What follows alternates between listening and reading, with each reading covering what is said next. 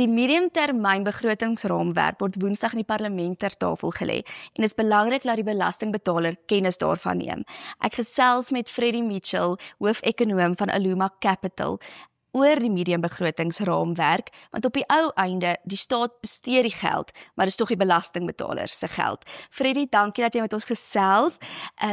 Miskien kan ons afskop met wat is die mediumbegrotingsraamwerk en waarom moet ons Suid-Afrikaners, belastingbetalers daarvan kennis neem? Ag, dis is die 6 maande in die begroting en as dit kom ons kyk waar ons is. Dis half so in Engels woord is 'n bietjie stock take van waar ons is en of dalk 'n projeksie waar ons gaan kyk oor die volgende 3 jaar, 5 jaar en wat se planne daarna gaan kom. Kom ons sê wat gaan gebeur in 2026-27 boekjaar. So dis half 'n kyk waar ons is, maar ook so 'n bietjie 'n vooruitskatting van waar ons mik.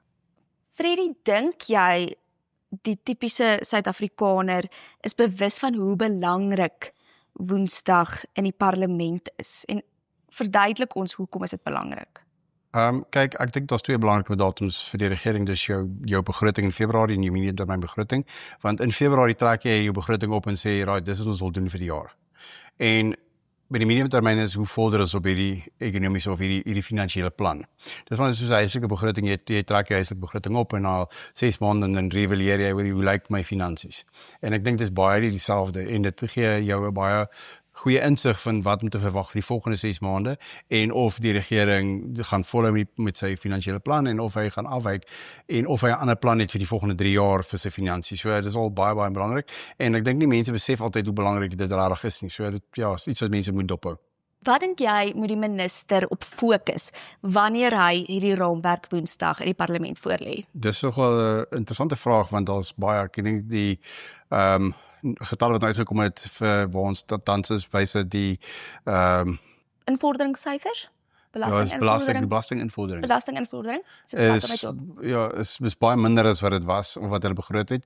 Alhoewel spandering bietjie laer is, maar die totale skuld van die regering is baie hoër as ons geraam het. Hulle het geraam op ons is 64 miljard rand oor die beraming in die begin van die jaar wat nogal redelik groot is en dit is nogal problematies. Ek dink dit moet aangespreek word. Want om heeltyd skuld aan te gaan is nie volhoubaar in die mediumtermyn of selfs oor die lange termyn nie. Gee die mediumbegrotingsraamwerk ook vir ons 'n bietjie van 'n vroeë insig oor wat die regering beplan met belasting, of hy daai syfers gaan aanpas, gaan ek en jy meer belasting betaal, waarvoor moet ek uitluister daar? Ons moet nou klaar begin sien in die regering praat oor die mediese tax credits, soos ons sê in Engels, en dat daar dalk 'n skrapping daarvan gaan plaasvind om die gesondheidsgesorg te befonds. En dit is 'n redelike groot probleem as jy middelklas is, want dit sê vir jou, dis 'n vorm van belasting op die middelklas, of nog 'n vorm van belasting op die middelklas. En dit was die laaste belastingtoegewing by die middelklas regtig gehad het. So om dit weg te neem is nogal 'n groot probleem, en dit is iets waar mense daar kan uitkyk in die begroting wat gaan kom in Februarie. So die ekonom Dawie Rood het nou onlangs gesê dat die belastingbetaler op die ou eind maar 5 sent se waarde kry van elke rand wat hulle aan belasting betaal. Waarheen gaan die meeste van Suid-Afrikaner belastingbetalers se geld en is dit volhoubaar hoe dit spandeer word? Ek dink ons moet eers kyk hoe die struktuur van die ekonomie verander in terme van die dienstneming en waar die meeste mense hulle geld vandaan kry. Ons weet dat vervaardiging het baie kleiner geword en terwyl regeringsspandering vir salarisse en mense het aangestel is baie toegeneem het in die laaste paar jare. En dit is 'n probleem want dit beteken die salarisrekening van die regering is groot en dit sluit alle departemente in, dit van gesondheid tot onderwys, ekonomiese spandering en as jy meer mense aanstel, gaan hulle betaal moet word. En dit skep 'n probleem as jy dan nie genoeg belasting insamel nie, gaan jy daai geld moet leen op die internasionale mark. En dit is nie volhoubaar gegee die ekonomie wat nie groei nie. Die belasting in Suid-Afrika is nou gekorreleer met wat gebeur in die ekonomie. As die ekonomie groei, kry ons meer belasting, maar die inverse is ook waar. So as die ekonomie nie groei nie of doen nie so goed nie, dan kry die belasting invordering swaar. Dit is nie volhoubaar in die langtermyn en ons gaan regtig daadwerklik poging moet kry om of minder te moet spandeer of meer belasting te kan kry. Ons weet dat 22 sent van elke rand wat die regering nou invorder, daaraan gaan net om die regering se skuld te diens. So hoe ernstig is die land se skuldprobleem en hoe raak dit ons as die belastingbetaler? 22% het elke rand, dit is basies 22% wat betaal. Dit is redelik baie hoog. Ons sit nou die begrote bedrag wat ons vir hierdie jaar vir soos die debt servicing cost gaan betaal is 426 miljard rand. Dis meer as basiese die begroting vir basiese onderwys, vir gesondheidsorg en vir ekonomiese ontwikkeling. Die getalle is daar, mense kan gaan kyk op die regering se webwerf daarvan en dit beteken ons spandeer meer aan skuld as wat ons spandeer aan ons burgers vir dienste wat gelewer moet word. So dit is nie volhoubaar nie. Dis 'n rare probleem en gegee ons sit 80% tussen 75 en 80% totale skuld van BBP of GDP soos ons sê. Dit beteken vir die waarde wat Suid-Afrika produseer in 'n gegee jaar is 80% daarvan se waarde skuld of nie skuld nie, of die waarde van skuld is gegee 80% omtrent van daai waarde wat baie hoog is. Wat sou jou raad aan die minister van Finansies wees? Wat moet ons doen om dinge net so bietjie beter te maak? Wat sou jou raad wees? Ek dink dit gaan oor beleidsmaatreëls. Jy moet 'n beleidsmaatreëls daarstel wat ek sal sê pro-besigheid is, wat dit maklik maak vir besighede om Suid-Afrika te wil, kom ons sê, oopmaak of te investeer. En as ons kyk na daai getalle, ons weet die Reservebank het nou in die tweede kwartaal gesê dat ons sit op 1,8 triljoen rand se reserves in banke wat nie aangewend word in die ekonomie. Dit is maar net besighede wat sê ons gaan 'n bietjie wag en kyk wat gebeur. Weet jy, of jy moet vir besighede sekerheid gee.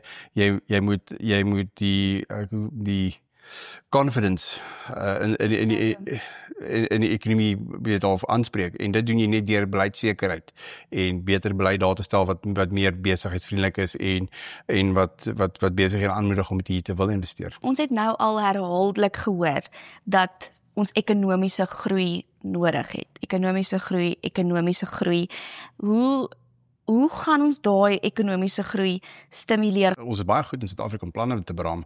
Ons is net nie goed om dit te implementeer nie. En jy weet ons het nou al deur 'n klomp staatsredes, ons het 'n klomp begrotings al gesien en goed, dit nie reg daadwerklik verander nie. So alvorens die regering nie daadwerklik optree en ons daadwerklike stappe kan sien en dinge verbeter of dinge in die regte rigting gaan nie, kan ek nie sien dat die mark gaan ernstig opneem met die mediumtermynbegroting nie. As 80% van jou inkomste gaan aan skuld, beteken jy 20% oor in jou begroting en jou op jou huishouding, en net so gaan dit vir die land as ons op 'n stadium kom met ons 100% skuldlas het tot BBP, beteken dit die geld wat ons inkry weet gaan uit vir skuldbetaling of as 'n fraksie van skuld, weet rarig problematies is. So ek wil sien wat die regering daaroor sê, gegee die lae ekonomiese groei wat ons sien en hoe dit kon sê die mediumtermyn gaan uitspeel.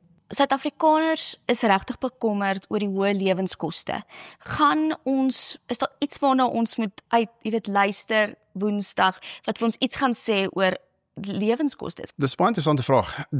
Daar gaan ons 'n bietjie kyk na, kom ons kyk na monetêre beleid, inflasie, rentekoers en so aan en hoekom dit belangrik is. Ek verwag nie as ons gou rentekoers praat.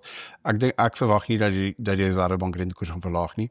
En my rede daarvoor is ek weet die Reservebank het 'n tweeledige mandaat. Een om die waarde van die rand te beskerm en om prysstabiliteit te verseker of prysstabiliteit in die rand se waarde te ondersteun. So nou as jy kyk na dit selfs hoe kry jy prysstabiliteit in Suid-Afrika? Jy moet die rand se waarde beskerm want ons voer baie dinge in. So en om dit te doen moet jy die rentekoerse relatief stabiel hou, laat geld binne die land invloei en nie uitvloei nie. So ek dink die Reservebank kyk na inflasie, die inflasiemandjie en die inflasieberekeninge, maar ek dink vir hulle is 'n groot ding is wat gebeur met die wisselkoers, want die wisselkoers beïnvloed die pryse vir goed wat ons invoer. En daai as ons dit in beheer kan hou, dan behoort lewenskoste kom ons sê stabiel te bly of minder vinnig op te gaan.